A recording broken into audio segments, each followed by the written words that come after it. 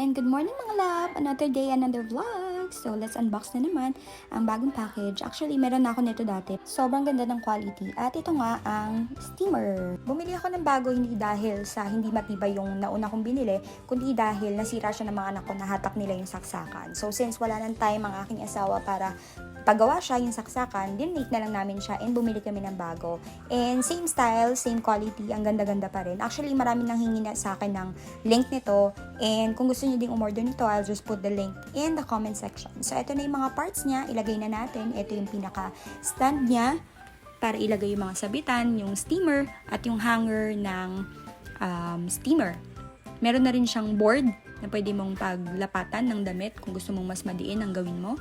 And yung height naman niya hanggang 5 feet tall. So, kasing height ko siya. So, magandang-maganda talaga. And ang maganda pa dito, makapal yung hose niya. Kaya talagang alam na alam mong matibay na matibay siya.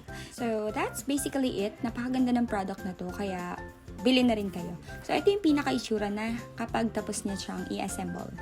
Yan. So, sobrang aesthetic, sobrang malinis. And marami rin siyang option kung anong fabric ang iyong i-steam. Meron siyang nylon, may silk, merong cotton, may linen. So, depende na sa'yo kung ano yung i-steam mo. And of course, let's go! Try na natin kung effective talaga siya. So, meron siyang water container and isiset mo lang kung ano i-steam mo. And meron nga pala siyang hand gloves para hindi masyadong mainit. And let's go! Let's try na kung effective talaga siya.